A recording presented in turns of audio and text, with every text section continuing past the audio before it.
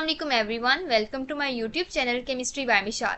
आज हम स्टार्ट करने जा रहे हैं केमिस्ट्री की बुक 9th क्लास की 2025 एडिशन की, जिसके अंदर हम चैप्टर नंबर 1 से स्टार्ट करेंगे, which is about states of matter and phase change.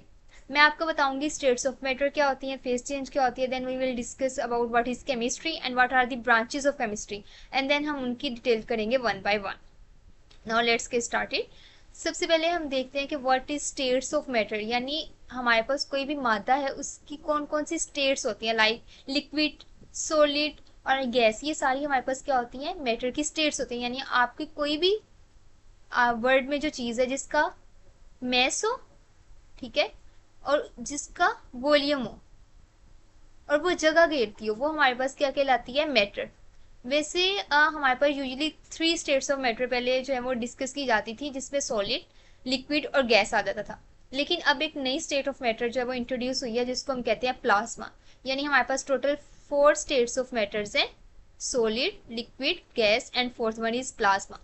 और फेज चेंज क्या होता है, ये जो हमारे पास जैसे कोई भी मैटर है उसकी कोई भी स्टेट है, उसकी जो अकरेंस, उसकी जो हमारे पास जो पाया जाता है, जैसे हमारे पास माया है तो ये उसका फेज कहलाएगा। यानी फेज चेंज फिर क्या होगा, यानी सॉलिड से लिक्विड में चेंज होना या लिक्विड से सॉलिड में चेंज होना। जैसे मेल्टिंग है, मेल्टिंग में क्या होता है आपका, सॉलिड किस में चेंज हो रहा होता है, सॉलिड चेंज हो रहा है आपका लिक्विड के अंदर, ये हमारे पास होती है मेल्टिंग। इसी तरह आपकी अगर लिक्विड जो है वो गैस में कन्वर्ट हो जाए तो ये हमारे पास हो जाती है बॉइलिंग। जैसे वाटर बॉयल होके हमारे पास वेपर्स बनाता है। इसी तरह अगर हम मेल्टिंग की बात करें तो सॉलिड चेंज होता है लिक्विड में, जैसे कि हमारे पास जो आइस है वो जब मेल्ट हो जाती है तो वो वाटर में कन्वर्ट हो जाती है। तो ये चीज़ें हमारे पास कहलाती हैं फेज चेंज। इस चैप्टर के अंदर हम बेसिकली जो हमारा मेन फोकस है, it is about states of matter and phase change. But सबसे पहले आपको ये पता होना चाहिए केमिस्ट्री होती क्या। आई नो ये आपके लिए बिल्कुल एक नया सब्जेक्ट है, मतलब 9th क्लास में फर्स्ट टाइम बच्चों ने केमिस्ट्री पढ़नी होती है, और हमें आइडिया होना चाहिए कि कोई आपसे पूछे केमिस्ट्री है क्या, तो आपके इसके बारे में पता होना चाहिए। Now let's discuss what is chemistry. Chemistry is branch of science, यानी हमारे पास एक साइंस की जो है वो ब्रांच, आगे से उसकी जो है वो ब्रांच है जो किसके साथ डील करती है, जो किसके बारे में बताती है, प्रॉपर्टीज। यानी कौन कौन सी हमारे पास properties, composition and structure of substances. यानी आपका कोई भी मादा है, कोई भी आपके पास चीज़ है, उसमें कौन कौन सी जो है वो प्रॉपर्टीज हैं। प्रॉपर्टीज मीन कि उसके अंदर कौन कौन सी खसूसियात हैं।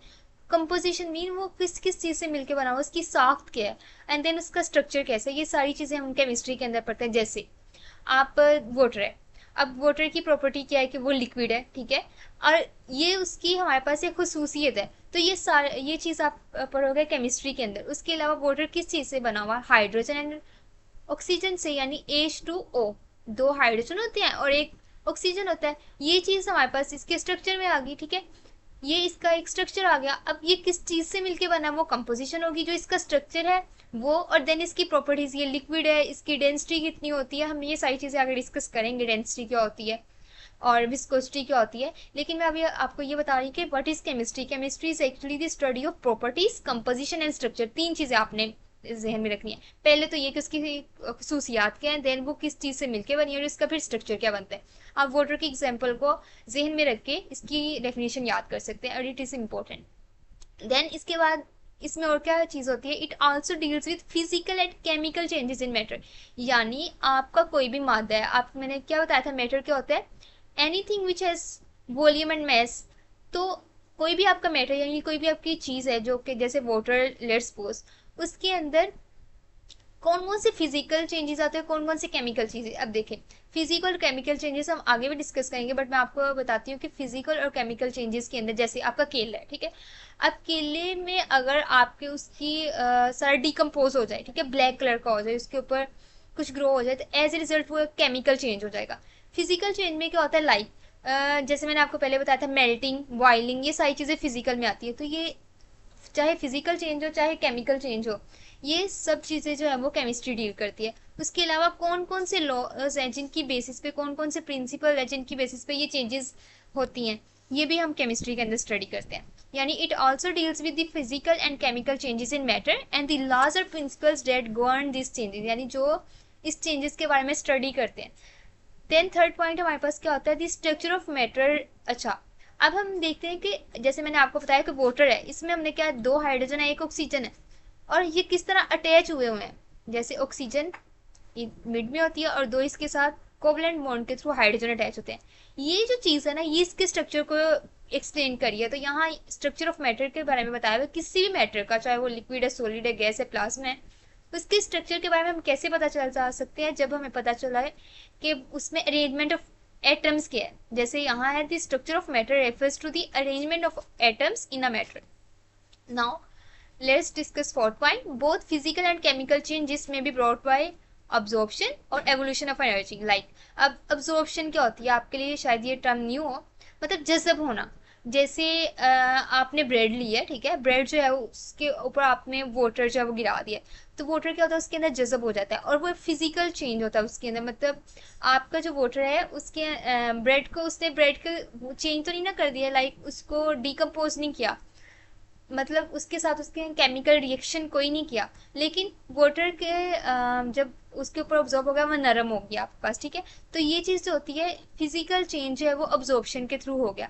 लेकिन कुछ ऐसी ऑब्जॉर्प्शन होती हैं जैसे गैसेस वगैरह कुछ चीज़ों में ऑब्जॉर्ब होके ना उसके अंदर कोई ऐसी साख्त में चेंजिंग्स कर देती हैं कि वो केमिकली दोबारा इरिवर्सिबल रिएक्शन नहीं हो सकता, यानी अपनी दोबारा कंडीशन में कन्वर्ट नहीं हो सकता। मैं इसको आपको एक एग्जांपल से समझाती हूँ।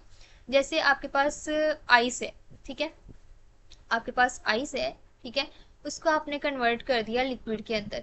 अब लिक्विड को आपको दोबारा सॉलिड में कन्वर्ट यानी आइस में कन्वर्ट कर सकते हैं, ये होता है हमारे पास फिजिकल चेंज, जिसमें दोबारा कन्वर्जन हो सके, यानी आप सॉलिड से लिक्विड और लिक्विड से सॉलिड में कन्वर्ट कर सकें।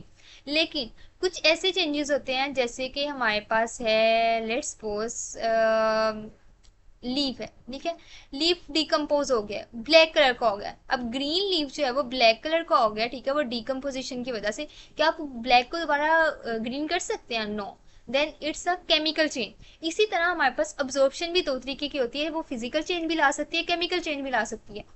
देन हमारे पास एवोल्यूशन ऑफ एनर्जी, कुछ चीज़ों में जैसे आप जो है वो ये आपके पास आइस है, आइस से आपका वाटर बन रहा है, ठीक है। अब आइस से वाटर बनने के नतीजे में हमारे पास क्या होता है, हीट जो है वो अब्जॉर्ब हो रही होती है, ठीक है। आपकी एनर्जी, हीट भी एक एनर्जी की फॉर्म है, वो अब्जॉर्ब हो रही होती है, एज ए रिजल्ट वो वाटर में कन्वर्ट हो जाता है। और वाटर में से अगर हीट निकाल ली जाए, उसको कोल्ड कर दिया जाए, तो वो हमारे पास हो जाता है सॉलिड में कन्वर्ट। और इस एनर्जी चेंजेस की वजह से, इस एवोल्यूशन ऑफ एनर्जी की वजह से हमारे पास, या एवोल्यूशन या आप एनर्जी देने की वजह से आपके अंदर फिजिकल चेंज आया। तो इसका मतलब ये हुआ कि बहुत फिजिकल एंड केमिकल चेंजेस जो है वो अब्जॉर्प्शन से भी हो सकते हैं, एवोल्यूशन ऑफ एनर्जी से भी हो सकते हैं। Hope you understand. अब नेक्स्ट हम डिस्कस करते हैं ब्रांचेस ऑफ केमिस्ट्री के बारे में। First one is physical chemistry. Physical chemistry एक ऐसी ब्रांच है जो किस बारे में स्टडी करती है, किस बारे में इन्वेस्टिगेट करती है, स्टडी करती है कि सब्सटेंस जो है वो एटॉमिक और मोलिकुलर लेवल पे कैसा बिहेव करते हैं। लाइक आपका जो हम सिंपलेस्ट एग्जांपल से हमने लिया हुआ है वाटर, हमने मतलब उसको स्टडी हम कर रहे हैं। तो उसके अंदर लेट्स सपोज आपने एटॉमिक लेवल में, हमारे पास क्या आता है कि वाटर के अंदर अगर हम वाटर का एटॉमिक लेवल देखें, तो वाटर का एटॉमिक लेवल उसका ऑक्सीजन और हाइड्रोजन की जब हम बात कर रहे होते हैं ना, तो इसके बारे में, प्रॉपर्टीज के बारे में पढ़ना, ऑक्सीजन एटम के बारे में पढ़ना, हाइड्रोजन एटम के यानी एटॉमिक एटम के लेवल तक जाके पढ़ना, ये हमारे पास फिजिकल केमिस्ट्री में आता है। उसके अलावा उसके मॉलिक्यूल, जैसे ये वाटर है, इसको वाटर को एज ए होल आप स्टडी कर रहे हो, और इसी तरह आप देख रहे हो कि 2 वाटर के जो मॉलिक्यूल्स हैं आपस में अटैच कैसे हुए हैं, उनकी इंट्रैक्शन आपस में कौन सी है, किस तरह वो लिक्विड की फॉर्म उन्होंने बना के रखी हुई है, और जब वो सॉलिड में कन्वर्ट होते हैं तब उसमें क्या चेंजिंग्स आती है उसके स्ट्रक्चर में कि वो सॉलिड हो जाता है। ये चीज़ें जो है वो स्टडी की जाती है फिजिकल केमिस्ट्री में। देन इस पॉइंट हमारे पास क्या है कि it provides a clear explanation as to how fundamental physical laws governing our world cause atoms and molecules to show specific characteristic. उसके अलावा ये स्टडी करता है कि कौन से लॉज है, किस लॉज, किस कानून को फॉलो करते हुए आपके जो एटम्स और मॉलिक्यूल्स हैं ये प्रॉपर्टीज शो कर रहे हैं, ठीक है। जैसे कि हम आगे लॉज पढ़ेंगे, बॉयल्स लॉ, चार्ल्स लॉ, ये सारी चीज़ें हमारे पास फिजिकल केमिस्ट्री के अंदर आ जाती हैं, जिसमें हम लॉज के थ्रू स्टडी करते हैं कि किस तरह जो है वो हमारे एटम्स और मॉलिक्यूल्स जो है वो रिएक्ट करते हैं और देन बड़े मॉलिक्यूल्स बनाते हैं, ये भी हम स्टडी करते हैं। उसके अलावा हम देखते हैं कि किस तरह जो है वो हम एक्सप्लेन कर सकते हैं कि जो हमारे एटम्स और मॉलिक्यूल्स के अंदर ये खसूसियत आई हैं तो आई क्यों, ठीक है। ये सारी चीज़ें हमारे पास फिजिकल केमिस्ट्री में स्टडी होती है। Physical chemistry is also use to predict and change the rates of reaction. Like अब रेट ऑफ रिएक्शन का क्या मतलब होता है कि आपका रिएक्शन कितनी अच्छे से जा रहा है, यानी आप लेट्स सपोज आप कोई चीज़ बना रहे हो, ठीक है, आपने ये छोटी सी एक चीज़ ली, ठीक है, और आपने ये बल्क में कोई चीज़ बनानी है, ठीक है। तो छोटी चीज़ से लाइक 3 इसके मॉलिक्यूल्स मिला के ये चीज़ बनानी है, ठीक है। अब इसका ये आपका होता है रिएक्टेंट जिससे आपकी चीज़ बन रही होती है, और जो आपकी चीज़ बन रही होती है वो ऑब्वियसली प्रोडक्ट होती है। तो रिएक्टेंट से प्रोडक्ट का बनना जितने तेज होता है उतना उसका रेट ऑफ रिएक्शन तेज होता है। तो फिजिकल केमिस्ट्री से हम देखते हैं कि किस तरह हम रिएक्टेंट को मतलब रिएक्टेंट में कोई चेंजिंग्स करेंगे या उसकी कंडीशंस में चेंजिंग्स करेंगे जिसकी वजह से आपकी ज़्यादा अमाउंट में प्रोडक्ट बने। तो ये सारी चीज़ें फिजिकल केमिस्ट्री के अंदर स्टडी की जाती है। अगर हम इसको एक लाइन की फॉर्म में बताएं तो फिजिकल केमिस्ट्री के अंदर एटॉमिक और मॉलिक्यूल लेवल पे स्टडी होती है सब्सटेंसेस की, and then it also tells us about how they react and they give different products, and they also help us to predict the change in rate of reaction. Now let's discuss second branch of chemistry, inorganic chemistry. Inorganic chemistry is the study of synthesis. Synthesis का क्या मतलब होता है? आपने कोई भी चीज़ बनानी है, जैसे मैंने ऊपर आपको रिएक्शन बताया कि आपने एक चीज़ मतलब दो चीज़ मिला के आपने एक नई चीज़ बना देनी है, ये हमारे पास होता है सिंथेसिस। तो इनऑर्गेनिक केमिस्ट्री में सिंथेसिस होती है, लेकिन इसके लिए एक कंडीशन है, मैं आपको बताती हूँ किन चीज़ों के सिंथेसिस। देन कंपोजिशन के बारे में इसमें आ जाता है, प्रॉपर्टीज़ के बारे में इसमें आ जाता है, स्ट्रक्चर कैसा होना चाहिए, और वो कौन से कंपाउंड्स के बारे में होना चाहिए ऐसे जिनमें या तो कोई भी कार्बन ना हो या हो भी तो थोड़ी सी हो। ये ना एक्चुअली इनऑर्गेनिक केमिस्ट्री और ऑर्गेनिक केमिस्ट्री को आप कंपेयर करके पढ़ोगे ना, देन आपको ज़्यादा अच्छे से समझ आएगी। जितनी भी हमारे पास मेटल्स नॉन मेटल्स होती है ना, वो मोस्टली इनऑर्गेनिक केमिस्ट्री में स्टडी होती हैं, एक्सेप्ट हाइड्रोकार्बन्स। हाइड्रोकार्बन्स के बारे में हम ऑर्गेनिक केमिस्ट्री में देखते हैं कि वो क्या होती है। यानी आपका कार्बन और हाइड्रोजन जो है उसके अलावा ये अबंडेंट ना हो उस जो हमारे पास है वो कंपाउंड के अंदर, लेकिन बाकी मेटल्स हों, जैसे NaCl है, ठीक है, NaCl है, ये हमारे पास एक सोल्ट है। इसी तरह सोडियम मेटल होगी, ठीक है, मैग्नीशियम होगी, ठीक है। अब इनके जो सोल्ट्स है, मैग्नीशियम क्लोराइड होगा, इसी तरह NaNO3 होगा। ये सारी चीज़ें हमारे पास इनऑर्गेनिक केमिस्ट्री के अंदर आती है और इन कंपाउंड्स के इनऑर्गेनिक कंपाउंड्स कहते हैं। इनऑर्गेनिक कंपाउंड्स हमारे पास क्या होते हैं? जिनमें मेटल्स हो, नॉन मेटल्स हो, या इनका मिक्सचर हो, like salts, acids, basis. Acids like HCl, आपने बहुत नाम सुना होगा हाइड्रोक्लोरिक एसिड का, सल्फ्यूरिक एसिड का, H2SO4। ये सारी चीज़ें हमारे पास इनऑर्गेनिक केमिस्ट्री में आ जाती हैं। इनऑर्गेनिक केमिस्ट्री का बहुत ज़्यादा फायदा है, इसको फर्टिलाइजर्स, मेडिसिन, कैटलिस्ट हमारे पास ऐसे कंपाउंड्स होते हैं जो आपके रिएक्शन का रेट इनहेंस कर देते हैं। और रेट मैंने आपको क्या कहा था, रिएक्टेंट से प्रोडक्ट का बनना कहलाता है रेट ऑफ रिएक्शन। और ऐसे कंपाउंड्स इनको ऐड करने से आपका रेट ऑफ रिएक्शन इंक्रीज कर जाए, वो हमारे पास कहलाता है कैटलिस्ट। अब जैसे लेट्स सपोज घर की अगर एग्जांपल ले, तो हमने खाना बनाना होता है, चने वगैरह बनाने होते हैं, तो उसमें हम बेकिंग पाउडर डालते हैं, तो एज ए रिजल्ट उसका क्या होता है, वो जल्दी बॉयल हो जाते हैं आपके जो चने हैं वो। तो इसका मतलब रेट ऑफ रिएक्शन इनहेंस हो गया है, मतलब कोई ना कोई उसके अंदर चेंजिंग्स हो रही है, रिएक्शन ही है ना, तो वो हमारे पास उसका रेट ऑफ रिएक्शन इनहेंस हो गया, वो जल्दी काम खत्म हो गया आपका। तो इसी तरह वो एज ए कैटलिस्ट आपका बेकिंग पाउडर जो है वो काम कर रहा था। इसी तरह और भी कंपाउंड्स होते हैं जिनके through rate of reaction enhance हो जाता है, जैसे कैटलिस्ट कहते हैं। देन पिगमेंट्स, जितने भी कलर्स है, कोटिंग्स और बहुत सी चीज़ें जो है वो इनऑर्गेनिक कंपाउंड्स जो है उनके इनऑर्गेनिक कंपाउंड्स जो है उन चीज़ों में इस्तेमाल किए जाते हैं। Third one is organic chemistry. Organic chemistry is the branch of chemistry date deals with carbon compounds हैं, लाइक हाइड्रोकार्बन। जैसे मैंने आपको ऊपर बताया था कि हाइड्रोकार्बन के अलावा चीज़ें इनऑर्गेनिक केमिस्ट्री में आ जाती हैं, लेकिन हाइड्रोकार्बन वाली केमिस्ट्री में ऑर्गेनिक में आ जाती हैं। अब हाइड्रोकार्बन क्या होता है? जिसपे कार्बन और हाइड्रोजन हो, मेन जो ये दो चीज़ें, लाइक आपकी मीथेन गैस CH4, इसके अंदर आप देख रहे हैं कार्बन है और हाइड्रोजन है। इसके अलावा आपके पास CH3OH, ये हमारे पास है मेथनॉल। अब इसके अंदर मेन आपका चीज़ क्या है? Carbon and hydrogen. तो कोई भी ऐसे हाइड्रोकार्बन यानी कार्बन और हाइड्रोजन कंटेनिंग मॉलिक्यूल्स होते हैं वो हाइड्रोकार्बन होते हैं, और उसके डेरिवेटिव्स लाइक उसके साथ कोई ऑक्सीजन लगा दिया, कोई सल्फर लगा दिया, ये हमारे पास ऑर्गेनिक केमिस्ट्री में स्टडी किए जाते हैं। और इसके अलावा इसमें simple salts like carbonates, bicarbonates, oxides और कार्बाइड्स की स्टडी की जाती है। नेक्स्ट हमारे पास इस ब्रांच के अंदर हम स्टडी करते हैं about structure, formation, properties and composition and reaction of carbon containing compounds. इसकी जगह बस ये कार्बन कंटेनिंग की जगह यहाँ पे हमारे पास लग गया था लिटिल और नो कार्बन कंटेनिंग कंपाउंड्स। अगर हम कार्बन कंटेनिंग की बात करें वो ऑर्गेनिक है, अगर दूसरी करें तो वो हमारे पास इनऑर्गेनिक हो जाती है। Organic chemistry are found in all forms of life and are also essential for life, ठीक है। हमारे पास जितनी भी लाइफ के अंदर जैसे आपकी प्रोटीन्स होगी वो भी आपकी ऑर्गेनिक कंपाउंड मतलब ऑर्गेनिक केमिस्ट्री के अंडर आ रही होती हैं।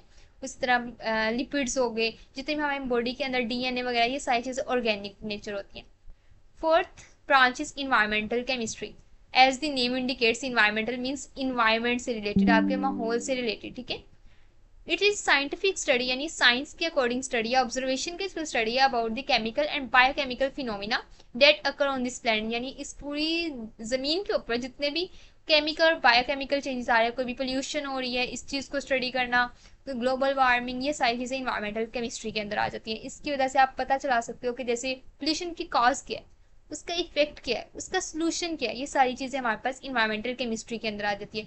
इसमें भी हम जो है वो इन्वायरमेंट से रिलेटेड रिएक्शंस पढ़ते हैं, इफेक्ट पढ़ते हैं, और हम देखते हैं कि कोई भी केमिकल स्पीशी है, कोई भी चीज़ है, आपने केमिकल पे प्रोड्यूस किया, उसका इन्वायरमेंट पे क्या इफेक्ट है, उसमें एयर को कैसे इफेक्ट कर रहा है, ठीक है, उसके एयर के अंदर प्रेजेंट जो स्पीशीज हैं, जानवरों को कैसे इफेक्ट कर रहा है, सब कुछ हमारे पास इन्वायरमेंटल केमिस्ट्री के अंदर आ रहा है।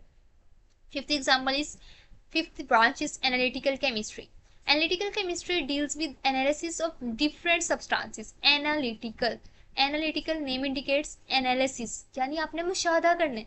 आपके पास कोई कंपाउंड दिया हुआ है, ठीक है, जैसे आपके पास एक सॉल्ट का सोल्यूशन है और आपको नहीं पता वो सॉल्ट कौन से, और आपने पता लगाना है कि ये सॉल्ट है क्या, ठीक है, इट इज कॉल्ड एनालिसिस। उसके बारे में, स्ट्रक्चर के बारे में पता लगाना, ठीक है। अब आपने कोई चीज़ नहीं तैयार किया लेबोरेटरी में, इंशाल्लाह जब आप मतलब एज ए केमिस्ट अगर आप काम करेंगे तो आपने अपनी लैब के अंदर डिफरेंट जो है वो चीज़ें बनानी होती हैं, और एज ए रिजल्ट आपके पास एक कंपाउंड होता है जो ऑलरेडी नोन नहीं होता, तो आपने उसके स्ट्रक्चर के बारे में जानना होता है, ठीक है।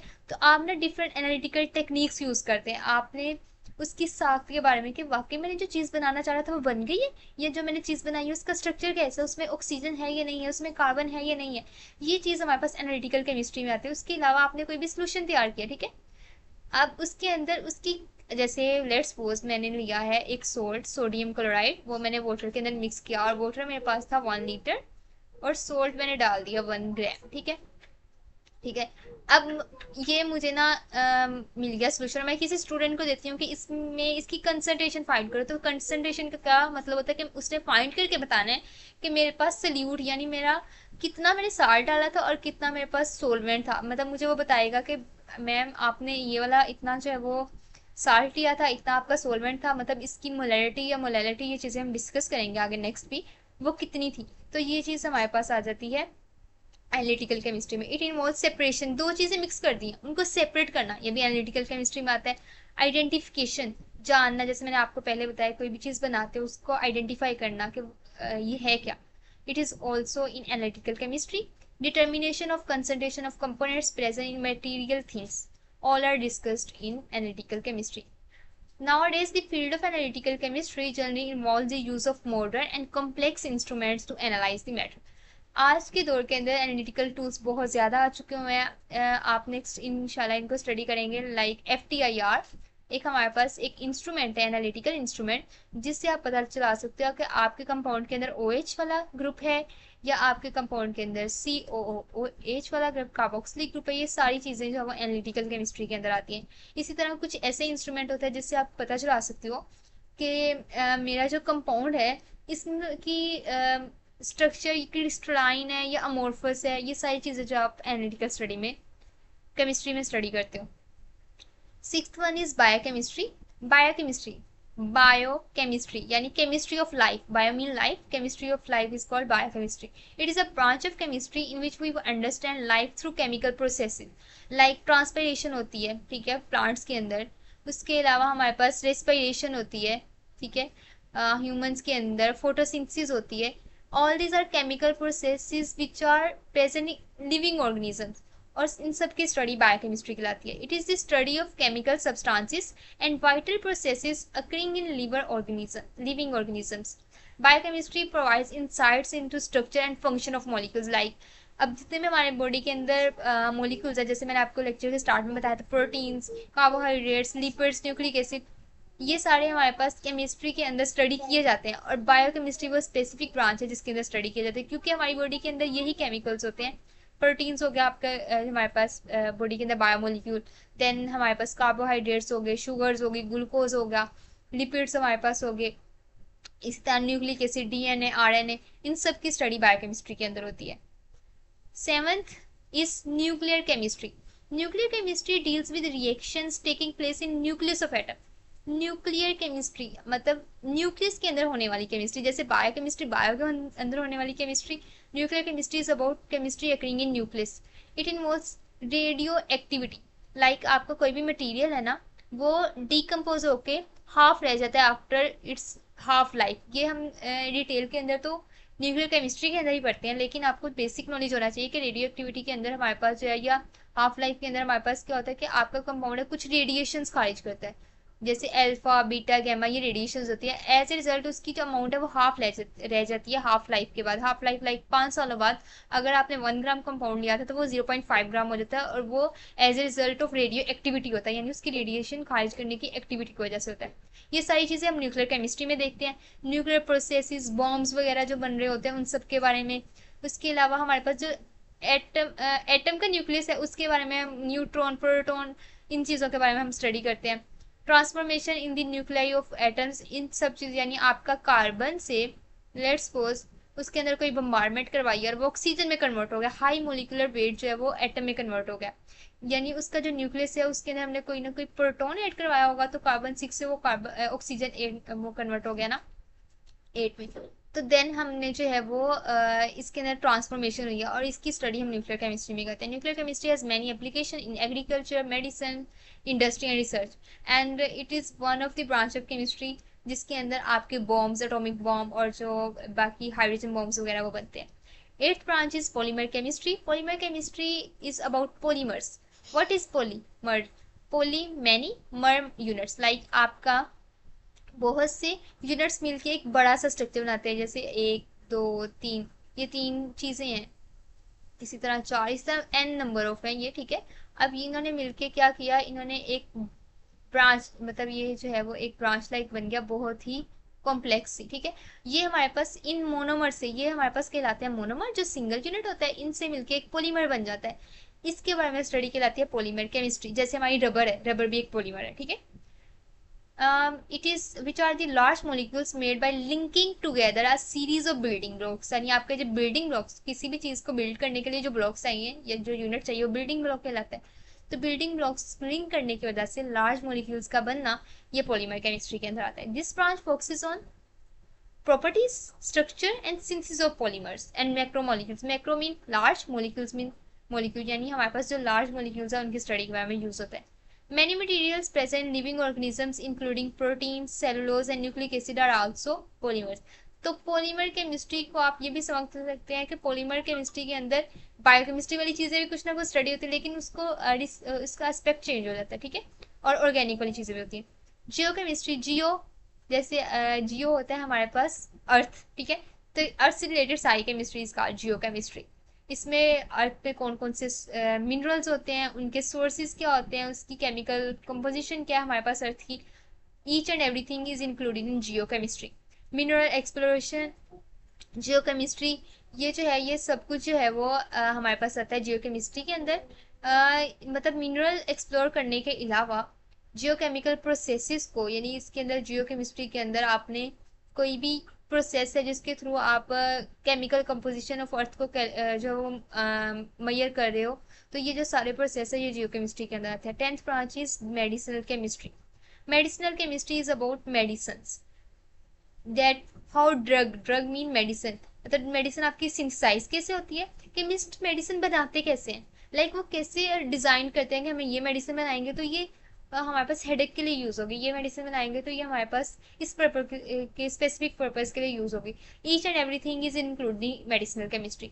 It involves discovery, delivery, absorption and metabolism of drugs in body, like how if drug is discovered, like कुछ जैसे पहले हमारे पास इस तरह होता था, कोई पौधा आप ले लेते थे एज ए मेडिसिन, ठीक है। तो उसमें हमारे पास उसकी डिस्कवरी कैसे हुई, कैसे उन्हें लगा कि वाकई ये इसे एज ए मेडिसिन यूज़ करना चाहिए, it is including medicinal chemistry. Then delivery, like आप उसे माउथ के थ्रू ले रहे हो या आप उसे इंट्रावेनस या इंट्रामेस्कुलर इंजेक्शन के थ्रू ले रहे हो, it is in delivery, like उसको आप इंजेक्शन के थ्रू ले रहे हो, देन वो आपकी पूरी बॉडी में जो है वो जा रही है, तो ये सब कुछ डिलीवरी के अंदर आ जाता है। Then absorption, like how it is absorbed in your body organs, how it is absorbed in your blood tissues, ठीक है। एंड देन मेटाबॉलिज्म, दैट आपने मेडिसिन अपना काम कर दिया, देन उसके जो रेजिड्यूज बचे हैं या आपके जो ड्रग है उसको काम करने के लिए उसका मेटाबॉलिज्म चाहिए, तो बॉडी के अंदर वो किस तरह मेटाबोलाइज होता है, each thing is discussed in medicinal chemistry. 11th branch of chemistry is astrochemistry. Astro means Interstellar space के अंदर हमारे पास जो है, जैसे एस्ट्रोनॉट्स आपको पता होगा खला में जाने वाले होते हैं, इस तरह एस्ट्रोकेमिस्ट्री में हमारे पास जो है वो जितनी भी इंटरस्टेलर स्पेस के अंदर जितने मॉलिक्यूल्स और आइंस प्रेजेंट है यानी स्पेस के अंदर, उसकी स्टडी एस्ट्रोकेमिस्ट्री कहलाती है। इसके अंदर हम देखते हैं abundance and reactions of atoms molecules and ions in the universe, यानी आपका ये जो लेवल है ये बहुत ब्रॉड लेवल पे है कि आपके यूनिवर्स के बारे में, आप ज़मीन से बाहर जाके जितना भी आपकी स्टडी है वो होती है, जिसमें आप देख रहे हो कौन कौन से एटम्स हैं, उनके कौन कौन से रिएक्शंस हो रहे हैं, मॉलिक्यूल्स कौन से बन रहे हैं, आइंस कौन से हैं, और इनकी रेडिएशन के साथ यानी गैमा रेडिएशन जो हमारे पास अल्ट्रावायलेट रेडिएशन सूरज से आ रही है उनके साथ वो कैसे इंटरेक्ट करते हैं, हर चीज़ हम स्टडी करते हैं एस्ट्रोकेमिस्ट्री के अंदर। ये था हमारा आज का लेक्चर, और इसके अंदर हमने केमिस्ट्री के बारे में देखा बहुत डिटेल के साथ, ब्रांचेस ऑफ केमिस्ट्री के बारे में। अगर आपको किसी भी किस्म की कोई भी कन्फ्यूजन हो तो आप मुझे कमेंट सेक्शन में पूछ सकते हैं। एंड उसके अलावा जो है इसके पीडीएफ नोट्स का जो लिंक है वो मैं लिंक डिस्क्रिप्शन में ऐड कर दूंगी, ठीक है। एंड आप डाउनलोड कर सकते हैं but after subscribing my channel. Thanks for watching my video. अल्लाह हाफिज़।